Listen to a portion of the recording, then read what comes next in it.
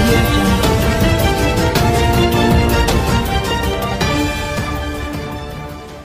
పోలవరం పనులు పరిశీలించడానికి నితిన్ గడ్కరీ వస్తున్నాడు అనగానే చంద్రబాబు నాయుడికి ముచ్చెమటలు పట్టి ఏ విధంగా పరుగులు తీస్తున్నాడో మనం కల్లారా చూస్తున్నాం.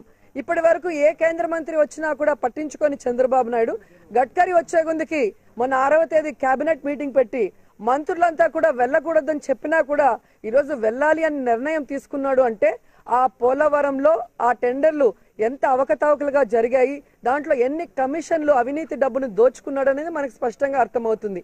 ఆ పోలవరం జాతీయ ప్రాజెక్టుగా కేంద్రం కట్టాల్సి ఉంటే దాన్ని నాకివ్వండి, ఆ టెండర్లు మరి అనౌన్స్ చేసుకునే అధికారం నాకు ఇస్తే నాకు ప్రత్యేక హోదా అవసరం లేదు, వెనకబడిన జిల్లాల ప్యాకేజీ అవసరం లేదు, సరే ఇంకేమి కూడా అడగము అని చెప్పి ఎలా ఈ రాష్ట్ర భవిష్యత్తుని కేంద్రం దగ్గర తాకట్టు పెట్టారో మనం అందరం కళ్ళారా చూసాం.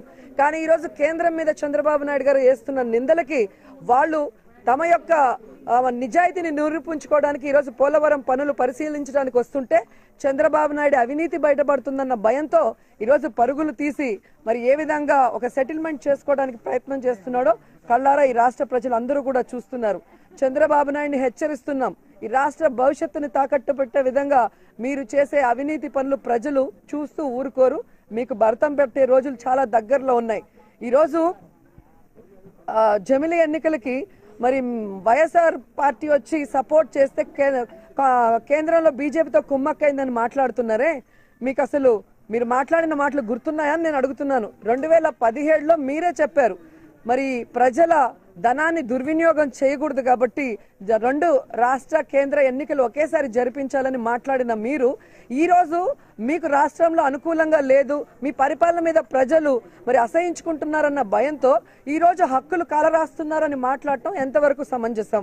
అండ్ 2004లో మీరే సంవత్సరానికి ముందే ఎన్నికలు తెచ్చుకుంటూ మీ లబ్ధి కోసం ఆ రోజు వాజ్పేయి గవర్నమెంట్ ని కూడా మరి కింద పడేసి. ఏంటండి వీడియో నచ్చిందా? అయితే ఓ లైక్ వేసుకోండి, లేదంటే ఓ కామెంట్ చేయండి. ఎప్పటికప్పుడు మా వీడియోస్ చూడాలంటే సబ్స్క్రైబ్ చేసుకోండి.